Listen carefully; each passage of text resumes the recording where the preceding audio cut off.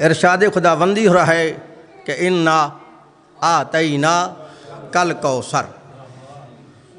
तर्जमा नवाब सदीकुल हसन बपाली अहले हदीस, मुल्ला फ़खरुद्दीन राज़ी अहले सुन्नत, मौलाना अबुल आला मदूदी इस्लामी जमात, मुफ्ती मोहम्मद शफ़ी देवबंदी, पीर करम शाह बरेलवी, मौलाना फ़तेह मोहम्मद जलंधरी, शाह वलीउल्लाह मुहद्दस देहलवी, शाह अब्दुल अज़ीज़ मुहद्दस देहलवी, शाह रफ़ीउद्दीन मुहद्दस देहलवी, शाह अब्दुल हक मुहद्दस देहलवी, कारी अशरफ अली थानवी, अहमद रज़ा बरेलवी, फिर फरमान अली शिया से लेके नूरुद्दीन मरज़ई तक तर्जमे की जिम्मेदारी है।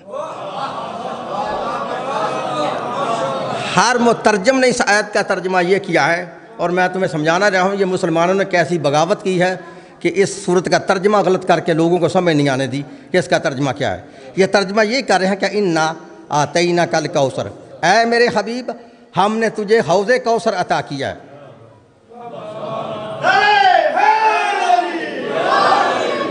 उनको बात की समझ आ रही है? ऐ मेरे हबीब, अल्लाह तो कहता है ना मैंने तुझे कौसर अता की है। इन्होंने कौसर का माना किया है पानी का हौज़, हौज़े कौसर कि जिसका पानी बर्फ़ से ठंडा होगा, शहद से मीठा होगा, दूध से सफ़ेद होगा। दुनिया को कौसर की समझ नहीं आने दी। पहले ये बताओ कि यह सूरत नाज़िल क्यों हुई थी, इसकी वजह क्या कि अल्लाह ने इसको नाज़िल क्यों किया था। आप हर बंदे को पता चल जाएगा कि ये मुसलमानों ने कौसर का माना गलत किया। और मेरा पूरी दुनिया के मौलवियों को चैलेंज है, ये तो मेरा गाँव है, मैंने तो इंटरनेट पे पूरी दुनिया के मौलवियों को चैलेंज किया है, अगर तुम्हारे दम में दम है तो चैलेंज कबूल कर लो। नहीं समझ, और तुम माना गलत करते हो क्यों कि तुम्हें दुश्मनी है जनाब ज़हरा से, इसलिए तुमने माना गलत करके लोगों को समझ नहीं आने दी। तुमने कहा कि कौसर का माना है हौज़े कौसर, पानी का हौज़। लेकिन पहले मुझे बताओ तो सही अल्लाह ने सूरत को नाज़िल क्यों किया।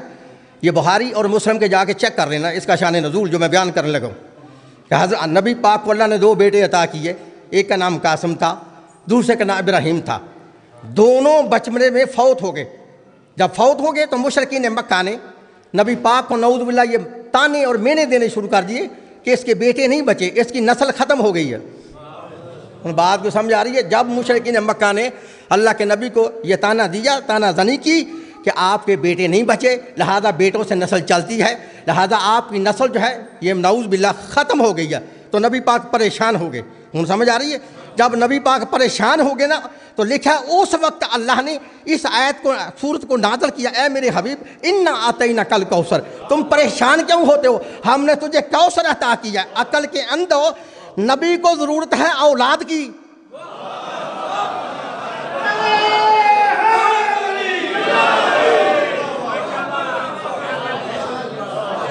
और बात को समझ आ रही है मेरी बात? क्या आपको समझ आए कि नबी को ज़रूरत है औलाद की, नबी को ज़रूरत है अपनी नस्ल की। अच्छा मुझे को खड़ा होकर भी यही कह दे कि कारी साहब दुआ करो कि अल्लाह मेरी नस्ल चलाए, मुझे बेटा दे, पानी की मोटर लगा दे, उनको समझ आई? मैं ये दुआ कर दूं अल्लाह से कि अल्लाह इसे घर में पानी की मोटर लगा दे, तो अल्लाह मोटर तो लगवा देगा लेकिन उसकी प्यास बुझ जाएगी।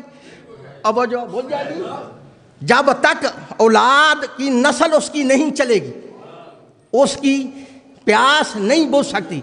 अब नबी को जरूरत तो है नस्ल की। सलवात पढ़ो हम आवाज़ बुलंद।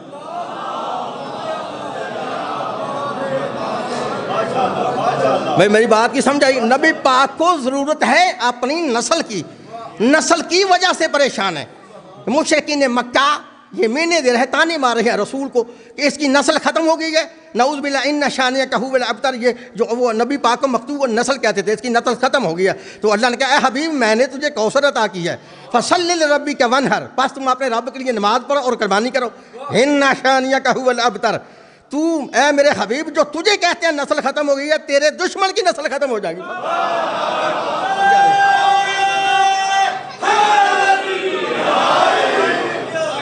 बात समझ आ रही है? ये कौसर का माना मैंने आपको समझाना है और ज़िंदगी भर मौलवियों के जाल से तुम निकल जाओगे। समझ आ रही ना? और तुम खड़े होकर से टोक लोगे, तुम कौसर का माना गलत कर रहे हो। समझ आ रही ना? हाँ, नबी पाक को ज़रूरत किसकी है? नस्ल की है। तो अल्लाह को पता ही नहीं था। अल्लाह ने नबी से कह दिया मैंने तो ये घर में तेरे लिए हौज़े कौसर बना दिया, पानी का हौज़ बड़ा पैदा कर दिया, क्या नबी पाक की प्यास बुझ जाएगी? कतन ये माना नहीं बनता।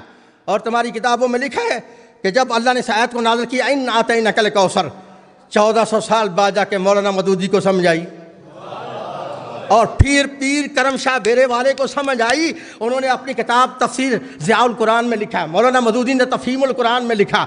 जहाँ तक मेरी आवाज़ जा रही है, लिख लो, मैं तुम्हें कह रहा हूँ, हौज़े कौसर का माना हौज़ नहीं है, लिख लो। दोनों को लिखना पड़ गया, मजबूरी से लिखना पड़ गया, लिख लो। जहाँ तक मेरी आवाज़ जा रही है, पूरी दुनिया के उलमा को मेरा चैलेंज है, दम में दम है तो कबूल कर लेना, मौलाना मदूदी को लिखना पड़ गया, इन्ना अतैना कल कौसर। ऐ मेरे हबीब, हमने तुझे हौज़े कौसर नहीं अता किया, हमने तुझे वो वाहद एक बेटी अता किया जिसकी नस्ल क़यामत तक खत्म नहीं होता।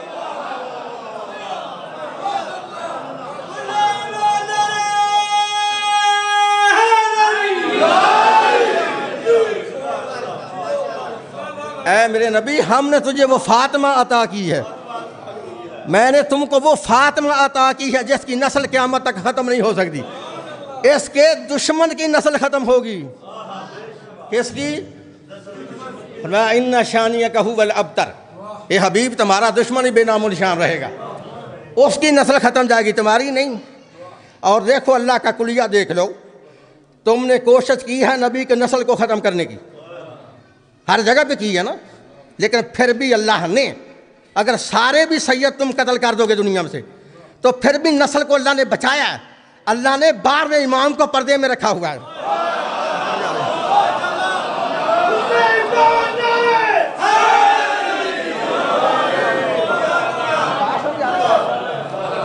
अल्लाह जो के जिम्मेदार है, अल्लाह कह रहे हैं इन्ना शानियका हुवल अबतर, ये मेरे हबीब तेरा दुश्मन बेनामो निशान रहेगा, तेरी नस्ल क़यामत तक रहेगी। इसलिए नबी पाक ने फरमाया सारी दुनिया के हस्ब नसब ख़त्म हो जाएंगे, सारे हस्ब नसब ख़त्म क़यामत के दिन। ये कोई नहीं किसी को पता होगा कौन किसी का बेटा है, किसका बाप है, कोई नहीं, ख़त्म। नबी ने फरमाया सारे नसब ख़त्म हो जाएंगे सिवाय मेरी बेटी फातिमा के। समझ आइए, हस्बो नसब रहेगा तो मेरी बेटी फातिमा का क़यामत तक रहेगा है। और किसी के सारे शजरे ख़त्म, पता ही नहीं किस शजरे का है, कौन है।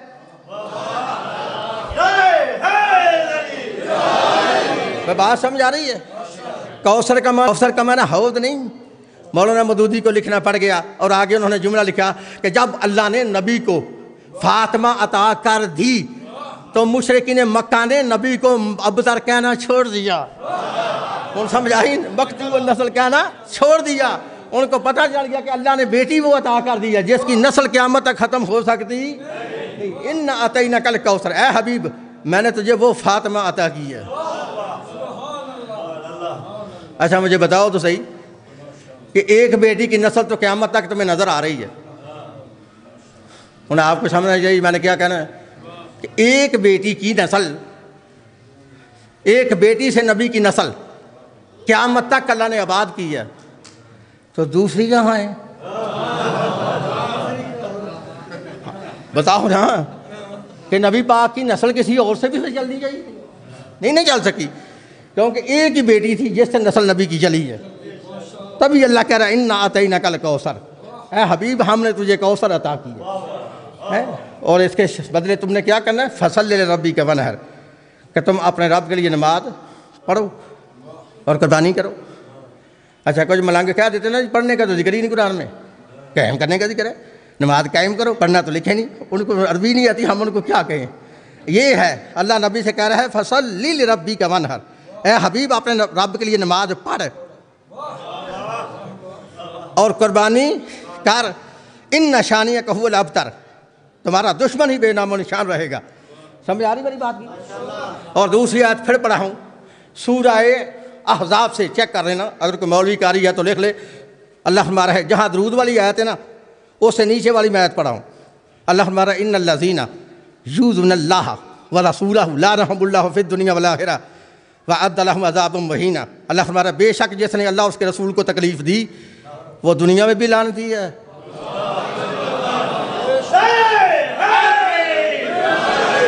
बात समझ आ रही है? अल्लाह फरमा रहा है वो दुनिया में भी लानती, आखिरत में भी लानती। व अद्द लहुम अज़ाबम वहीना, और अल्लाह कहता है मैंने आखिरत में उसके लिए बड़ा दर्दनाक अज़ाब तैयार करी है। किसके लिए?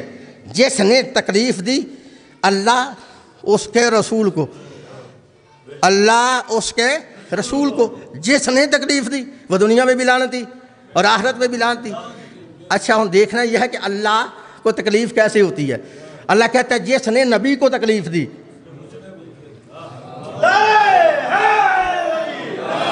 और जिसने रसूल को तकलीफ दी उसने मुझे तकलीफ दी। हूँ समझ आ गई, जो नबी को तकलीफ देगा, नबी को नहीं खुदा को तकलीफ देगा। अब देखना नबी को तकलीफ कैसे होती है। हूँ बताऊँ, ये सही बुखारी से हदीस पढ़ा, नबी फरमा रहे हैं फातिमा तो बदआतुम मिन्नी, कि फातिमा मेरा जुद है, फातिमा मेरा टुकड़ा है, मेरा जुद है। ये नहीं कहा गोशत का जुद है, नहीं कहा जो मैं हूँ, जो मैं हूँ उस वक्त का मेरी बेटी मेरा जुद है, हिस्सा है, जुद है, हिस्सा है। क्या मकसद? नबी ने फरमाया अगर मैं रसूल हूँ फातिमा रसालत का जुद है, अगर मैं नबी हूँ फातिमा नबूवत का जुद है, अगर मैं इमाम हूँ फातिमा इमामत का जुद है, अगर मैं सखी हूँ फातिमा सहावत का जुद है, अगर मैं ताहिर हूँ फातिमा तहारत का जुद है। यहाँ तक नहीं फरमाया, आगे फरमाया फमन अग़ज़बहा, जिसने इसे नाराज किया।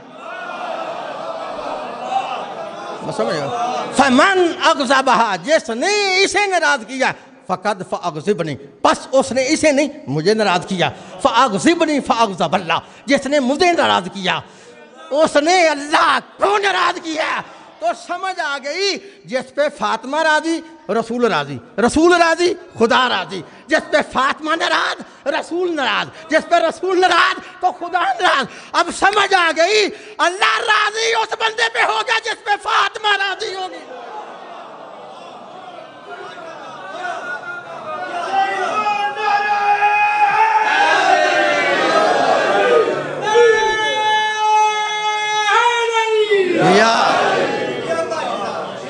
भाई को समझ आ रही है?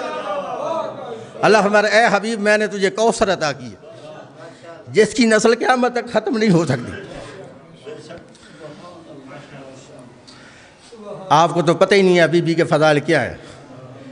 मैं बाहर बैठ के सुन रहा था, हर पढ़ने वाला अपने अंदाज में पढ़ रहा था। पहले उलमा से पूछो तुम्हें आज तक ये लैलतुल क़द्र का तर्जुमा नहीं आया, बहस तुम शियों से करते हो, आता तो उनको तर्जुमा भी नहीं। लो इन्होंने तर्जुमा किया इन्ना अनज़लनाहु फ़ी लैलतुल क़द्र, हमने कुरान को लैलतुल क़द्र में नाज़िल किया। मेरा चैलेंज है पूरी दुनिया के मौलवियों को, इसमें अरबी लफ्ज़ में कुरान का लफ्ज़ दिखाओ, इस आयत में लफ्ज़ कुरान दिखाओ, कहाँ लिखा है कुरान दिखाओ, अरबी में दिखाओ कुरान कहाँ लिखा है। इन्ना अनज़लनाहु फ़ी लैलतुल क़द्र, ये हु वाहिद मुज़क्कर गैब की ज़मीर है। अल्लाह कह रहा है कुरान को नाज़िल नहीं किया, हमने उसको लैलतुल क़द्र में नाज़िल किया जो गैब में है।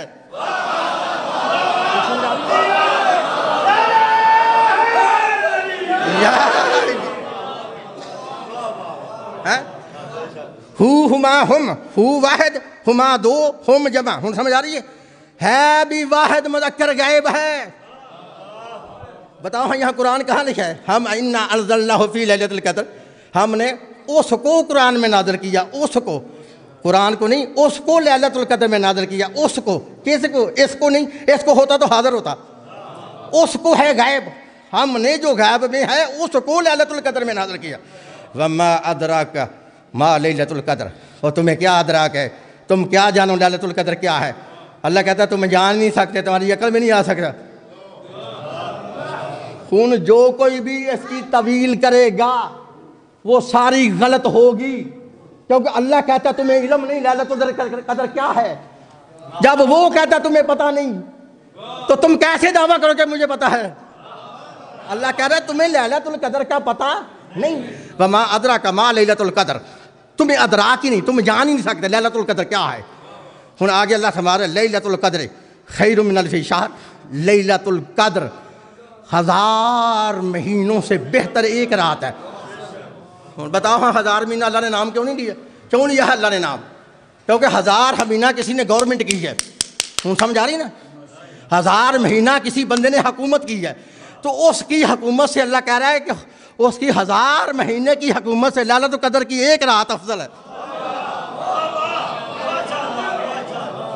और कोई बंदा था गवर्नमेंट का रहा, उसने 1000 महीना हुकूमत की है, इसलिए सही तिरमिज़ी के अंदर इसकी शान नज़ूल निकाल के पढ़ लेना, उसके अंदर लिखा है कि सुम्मा अददना, फिर हमने इसको शुमार किया, वला तनकस वला यजीद, ना एक दिन उससे कम हुआ ना एक दिन उससे ज़्यादा हुआ। अल्लाह ने क्या 1000 महीने से बेहतर है। वो 1000 महीना वो बंदा हुकूमत कर रहा था औलाद रसूल का दुश्मन। तो अल्लाह ने कहा कि उसकी 1000 महीने की हुकूमत से लैलतुल कदर की एक रात अफजल है। क्या है? फिर बोलो क्या है? आपको यह बीबी पाक का लक़ब है।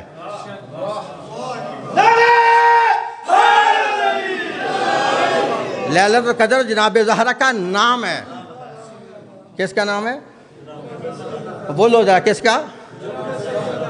किसका? कौन समझा रही है? तुम इनकी ज़ाहरी ज़िंदगी देखते हो, तुम्हें इनकी बातनी ज़िंदगी का इल्म नहीं है, तुम्हें बातन का पता नहीं है। इसी बीबी के सदका में तेरे डैडी की दुआ कबूल हुई थी। इसी बीबी के सदका में हमारा बाप है डैडी आदम, आदम को अल्लाह ने दुआ कबूल की थी इसी बीबी के सदका में। और कुरान क्या है? अल्लाह फरमाता फतलक्का आदम मिन रब्बिही बिकलिमातिन फताब अलैहि इन्नहु हुवत-तव्वाबुर रहीम। बस आदम ने अपने रब से चंद कलिमात सीख लिए जिसकी वजह से उसकी तौबा कबूल हो गई। तो तकरीबन 26 हैं आले सुन्नत की तफसीर जिनके अंदर ये लिखा है, समेत डॉक्टर ताहलुल कादरी के लिखा है। क्या लिखा है? लिखते हैं कि साहब रोज़ा शुहदा ने खूबसूरत जुमले लिखे हैं। वो लिखता है, एक दिन हज़रत आदम और हमारी इंके में रो रही, एक जद्दे में जबरील आ गए। आदम ने जबरील को देख के कहा, जबरील कहता है, आदम कहता है जबरील इतना अरसा हो चुका है मुझे रोते हुए, मेरी दुआ नहीं कबूल हो रही। तो जबरील ने बड़ा खूबसूरत जुमला कहा, कहते हैं आदम तुम अपनी तौबा के अंदाज को बदलो, तौबा के अंदाज को बदलो। अच्छा फिर बता भी कैसे तौबा करूं? जबरील कहता, आदम तुझे पता है जब अल्लाह ने तुझे खलीफा बनाया था? कहा मुझे पता है। कहता ये तुझे फिर ये भी पता होगा जब फरिश्तों से अल्लाह ने पूछा था कि बताओ हाँ फरिश्तों ये नाम किसके हैं? बताओ हाँ ये नाम किसके हैं? इन कुन तुम सादिकीन, अगर सच्चे हो तो बताओ ये नाम किसके हैं? तो फरिश्तों ने कहा था, कालू सुबहानक ला इल्म लना इल्ला मा अल्लमतना, ए अल्लाह तो पाक है हम नहीं जानते ये नाम किसके हैं। अच्छा पता है? जबरील कहता आदम फिर अल्लाह ने तुझको कहा था ना कि तू बता ये नाम किसके हैं? कहा मुझे पता है। फिर तूने बताए थे ना? कहा हाँ मैंने बताए थे। जबरील कहता फिर आदम सुन ले, जब तक तू उन 5 नामों का वास्ता दे के दुआ नहीं करेगा। तो समझा रही?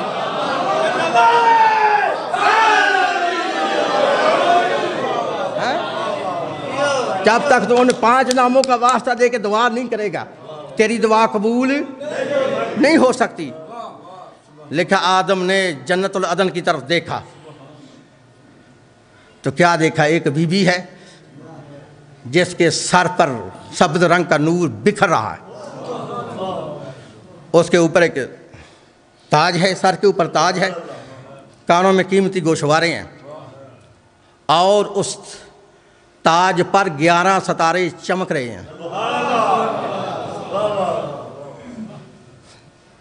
आदम ने जबरील से कहा, जबरील ये मुअज़्ज़मा कौन है? जबरील कहता आदम अपनी निगाहों को नीचे रखना।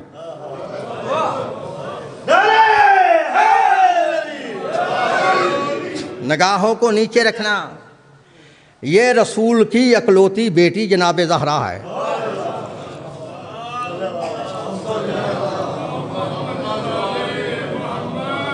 अब उसने सवाल किया कि गले में जो हार है ये कौन है? उसने कहा इसका बाबा मोहम्मद है। इसके सर के ऊपर ताज कौन है? उन्होंने कहा इसका शौहर अली है। उन्होंने कहा इसके कानों में जो गोशवारे नजर आ रहे हैं ये कौन है? इसके बेटे हसन और हुसैन है। कहा ये इसके ताज के ऊपर जो 11 सितारे चमक रहे हैं ये कौन है? कहा इसकी नस्ल के 11 इमाम हैं।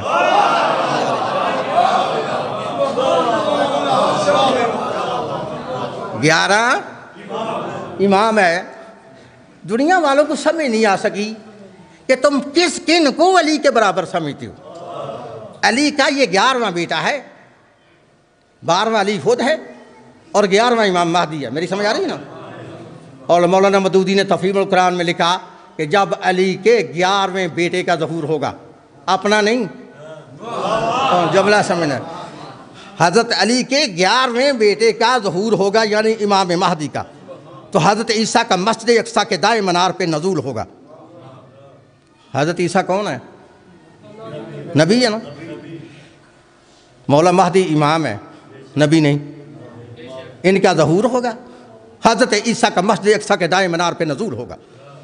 लिखा नमाज का वक्त होगा।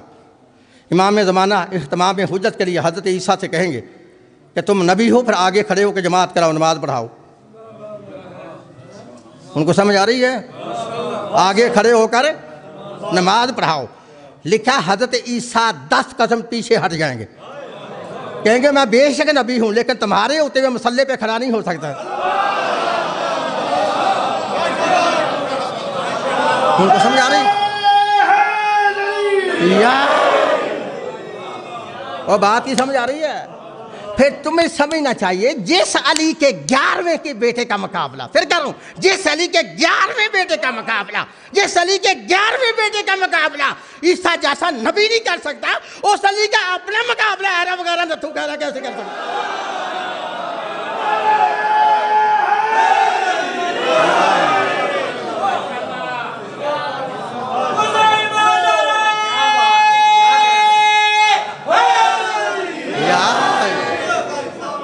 तो समझ आ रही है? ऐ मेरे हबीब, मैंने तुझे कौसर अता की है। लेकिन ये तो मुसलमान समझे ही नहीं। अगर मुसलमान समझ लेते जनाब ज़हरा के मकाम को, तो फिर कभी भी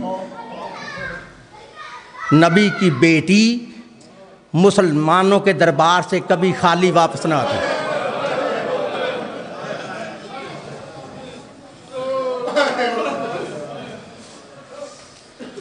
नहीं ना समझा? तो ये सही बुखारी में भी है, मुस्लिम में भी है, तिरमिज़ी में भी है और इब्न माजा में भी है, पूरी सहासिता की हदीस की किताबों में भी है और दीगर किताबों में भी ये वाक़या लिखा हुआ है। हमारी माँ जनाब उम्मुल मोमिनीन बयान करती हैं कि नबी पाक की वफ़ात के बाद नबी की बेटी जनाब ज़हरा ने मुसलमानों के दरबार में आके कहा कि मेरा हक़ दो। मुसलमानों का बीबी तेरा कोई हक़ नहीं। जब कहा ना तेरा कोई हक़ नहीं, बीबी फरमाती है मेरा हक़ है। उन्होंने कहा फिर तेरा कोई हक़ नहीं। जब दूसरी मरतबा फिर कहा ना, और एक किताब सासिता की है, उसमें लिखा है कि जब तक बीबी की उम्र रही, ज़िंदा रही, तब तक मतवातर अपना हक़ मांगती रही। और मुसलमान मतवातर वही कहते रहे काला कज़ालिका, जो उन्होंने पहले दिन कहा था कि बीबी तेरा कोई हक़ नहीं। बीबी ने कहा मेरा हक़ है। जब उन्होंने हक़ ना दिया तो फिर लिखा है, दीगर किताबों में लिखा है कि कहते हैं अगर तेरा हक़ है तो अपने हक़ के गवाह साबित करो, गवाह पेश करो। तो इब्न हजर मक्की ने इस वाक़े मोरका में बीबी के वो गवाह लिखे हैं जो बीबी ने अपने हक़ के लिए गवाह पेश किए थे ना। उनमें एक इमाम हसन है, एक इमाम हुसैन है, एक जनाब अली है और एक उनकी नौकरानी है जिसका नाम जनाब उम्मे ऐमन। ये सारे गवाह जब बीबी ने मुसलमानों के दरबार में पेश किए तो कहते हैं हम इनकी गवाही नहीं मानेंगे, ये सारे तेरे रिश्तेदार हैं, कोई तेरा बेटा है, कोई तेरा शौहर है या कोई तुम्हारी नौकरानी है, हम नहीं मानेंगे। मैं एक सवाल कहता हूँ मुसलमानों, तुम किस बेटी से, किस बीबी से गवाह पूछ रहे हो? तुम्हें ये पता नहीं रसूल की इकलौती बेटी है, तुम किस से गवाह तलब कर? बहरहाल बीबी ने गवाह दी है। उन्होंने कहा नहीं बीबी, ये बेटा तेरा हसन तेरा बेटा है, इसकी गवाही हम नहीं कबूल करेंगे। हुसैन तेरा बेटा है, गवाही नहीं कबूल करेंगे। हाँ, अली तेरा शौहर है, इसकी गवाही नहीं कबूल करेंगे। उम्मे ऐमन तुम्हारी जो है नौकरानी है, हम इनकी गवाही नहीं कबूल करेंगे। जब बीबी के सारे गवाह जटला दिए ना, तो बीबी ने खड़े होकर कहा अच्छा बताओ, तुम कहते हो ना हसन की गवाही मेरे हक़ में कबूल नहीं। तो उसने बादशाह की तरफ देख के कहा फिर सर उठा के मुझे बता, अगर हसन की गवाही मेरी हक़ में, माँ के हक़ में कबूल नहीं, तो फिर मरियम बतूल नहीं, क्योंकि मरियम की सदाकत की गवाही उसके बेटे हज़रत ईसा ने दी थी।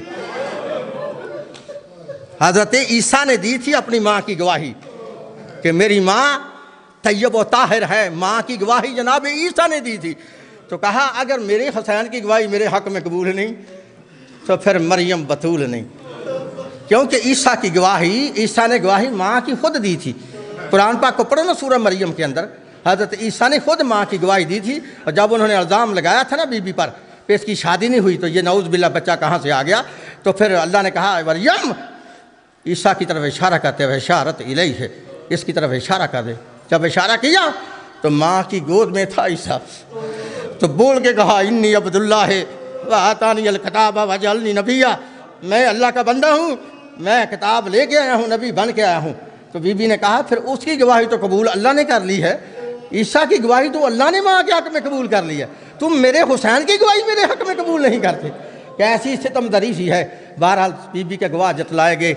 सीरत हलबिया के अंदर सैयद बुरहानुद्दीन हलबी ने बड़ा खूबसूरत किस्सा लिखा है कि आखिर में कहते हैं मुसलम बीबी से, हाँ बीबी तुम्हारा हक़ है, तो तुम्हारे पास कोई नबी की लिखी हुई तहरीर है, कोई नबी की लिखी हुई तहरीर है? तो नबी बीबी ने कहा मेरे पास है।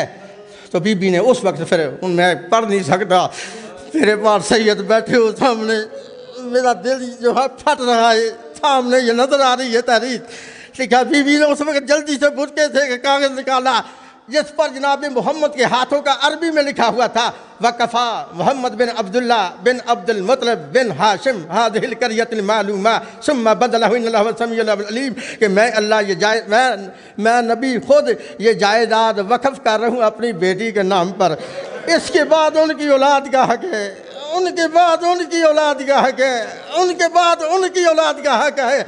और कहा सुनो सुम्मा बदलहु इन्नल्लाह समीउन अलीम, जो इसको बदलेगा अल्लाह देखने वाला भी है, सुनने वाला भी है। और मैं नाम नहीं लेना चाहता। लिखा कोई बंदा करीब खड़ा था, उसने जल्दी से उस सनद को पकड़ा, शक्कतहा शक्कतन, कागज़ के पुर्जे पुर्जे कर दिए, ज़मीन पर फेंक दिया, ऊपर पाँव से थूक कर रौंद दिया।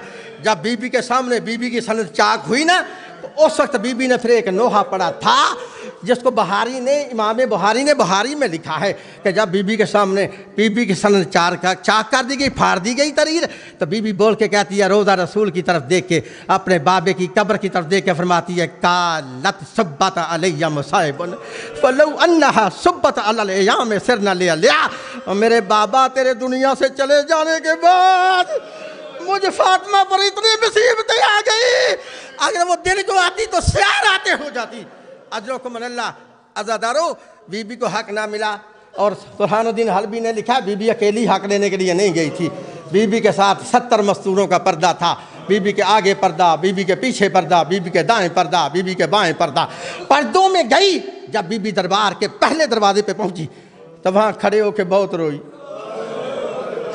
तब बीबी ने रोना शुरू किया ना। बीबियाँ कहती है बीबी क्यों तुम रोती हो, वजह क्या है? तो बीबी कहती है मुझे कोई वक्त याद आ गया है, आज से पहले जब मैं इसी दरवाजे पे आती थी तो सामने से मेरा बाबा मेरी तज़ीम के लिए मिंबर छोड़ के खड़ा हो जाता। आज मैं रो इसलिए रही हूँ तो मुझे को तसल्ली देने के लिए उठता है जाके नहीं उठता। लिखा जब काफ़ी देर तक खड़ी रही, किसी ने नहीं पूछा कि तुम कौन हो, तो फिर खुद बुरके से आवाज़ दिया माशरल मुस्लिमीन, ये मुसलमानों अगर तुम्हें शऊर नहीं मैं कौन सुनो, अन्ना फातिमा तो बिन्त रसूलुल्लाह, मैं फातिमा बेटी हूँ रसूल की। कहते हैं क्यों आई हो? कहा अपना हक लेने के लिए आई हूँ। कहा बीबी तेरा कोई हक नहीं, बस वो आज़ाद रहो। सुनोगे जुमला, जब बीबी को हक ना मिला, बीबी रोती ही मुसलमानों के दरबार से घर की तरफ आ रही थी, तो छोटी सी जनाबे ज़ैनब थी तो दरवाजे पे खड़ी थी। जब अम्मा को रोते हुए देखा ना, बीबी जल्दी से बोल के कहती है अम्मा तुम रोती क्यों हो? कोई बात नहीं, अगर मुसलमानों ने तेरा हक नहीं दिया तो आप रोती क्यों है?